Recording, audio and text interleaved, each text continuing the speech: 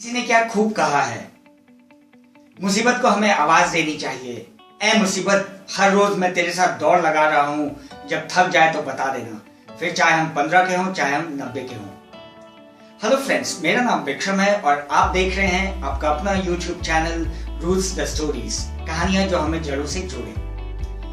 एक गांव में एक किसान था, बहुत मेहनती, अपनी फैमिली की अच्छे से देखभाल करता, दिन भर खेतों में काम करता, बट उसकी फसल सही ढंग से उगती नहीं थी। कभी ओले पड़ते, कभी बहुत ज्यादा गर्मी हो जाती, कभी बहुत ज्यादा बारिश हो जाती, बाढ़ आ जाती, तो वो दुखी रहने लग गया और नाराज रहने लग गया। तो एक दिन उसने इसी नाराजगी में भगवान जी से पुकार लगाई। भगवान जी उसकी पुकार सुनकर आए और बोले, बेटा क्या हुआ? तब किसान ने अपनी सारी दुख भरी कहानी उन्हें बताई और कहा, महाराज, भगवान जी, मुझे सिर्फ ये वरदान दे दीजिए कि 1 साल के लिए मैं मौसम को अपने हिसाब से रख सकूं। भगवान जी मुस्कुराए और कहा, तथास्तु, और वहां से चले गए। अब तो किसान ने सोचा, मेरी लॉटरी लग गई, मैं जैसे चाहे मौसम को अपने कंट्रोल में रख सकता हूँ। वो कभी धूप करवाता, कभी छांव करवाता, कभी हल्की सी बारिश करवाता, कभी बारिश करवाता ही नहीं, बाढ़ तो आने ही नहीं दी, ओले तो पड़ने ही नहीं दी। देखते देखते इसी तरह 1 साल का टाइम बीत गया। अब 1 साल के बाद जब फसल काटने की बारी आई तो किसान खुशी खुशी अपने खेत गया और जैसे ही उसने फसल काटनी शुरू की तो वो हक्का बक्का रह गया। उसने देखा बालियों में दाने ही नहीं है। ये देखकर वो फिर दुखी हो गया, गुस्सा हो गया। फिर उसने भगवान जी को आवाज लगाई। भगवान जी मुस्कुराते हुए आए और पूछा, बेटा क्या हो गया? मैंने तो तुम्हें वरदान दे दिया था। तो किसान ने दुखी होकर भगवान जी को कहा, भगवान जी ये देखिए, बालियां तो हुई हैं बट बालियों में दाने नहीं आए, ये आपने क्या किया? तब भगवान जी ने किसान के सिर पर हाथ फेरते हुए कहा, हाथ रखते हुए कहा कि बेटा, मैंने कुछ नहीं किया, ये तुमने ही किया है। तुमने बहुत मेहनत की, बहुत अच्छे से इनकी परवरिश की, बट इन्हें विपत्तियों से लड़ने के लायक नहीं बनाया। तुमने आंधी नहीं करवाई, बारिश नहीं करवाई जो इन्हें चाहिए थी, कभी कभी तुमने हवा नहीं करवाया, हवा नहीं बहाई।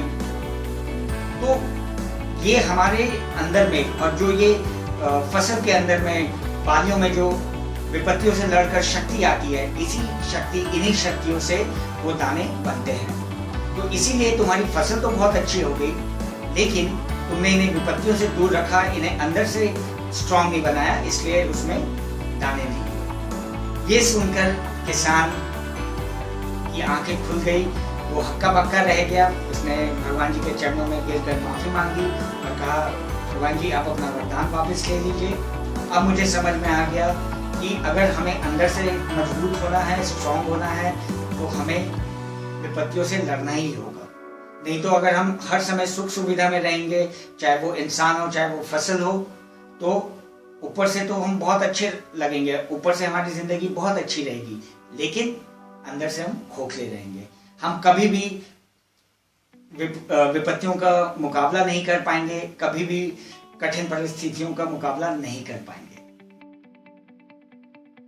ये कहानी हमें सिखाती है कि हमें कभी भी मुसीबतों से घबराना नहीं चाहिए, उनका डट कर मुकाबला करना चाहिए। मुसीबतों से भागना भी एक मुसीबत के बराबर ही है, मुसीबत को बुलाने के बराबर ही है। इंसान का सही डेवलपमेंट मुसीबतों से, कठिनाइयों से लड़कर ही होता है।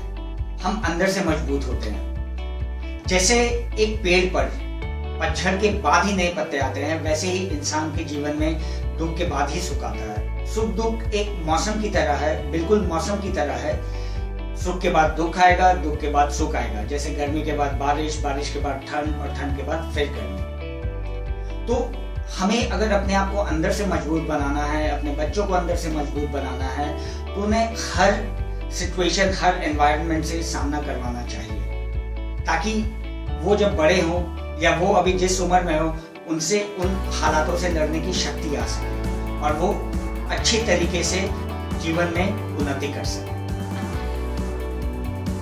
याद रखिएगा दोस्तों, सोना आग में ही तपकर कुंदन बनता है।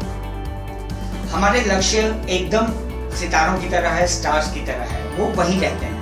और जो मुसीबतें हैं, कठिनाइयां हैं, इश्यूज हैं, वो बादल की तरह है। जरा सा हवा आई और वो बादल इधर उधर छितर बितर हो जाते हैं। लेकिन हमें अगर उन सितारों तक पहुंचना है तो हमें अपने अंदर उन बादलों को बिखराने के लिए हवा पैदा करनी है।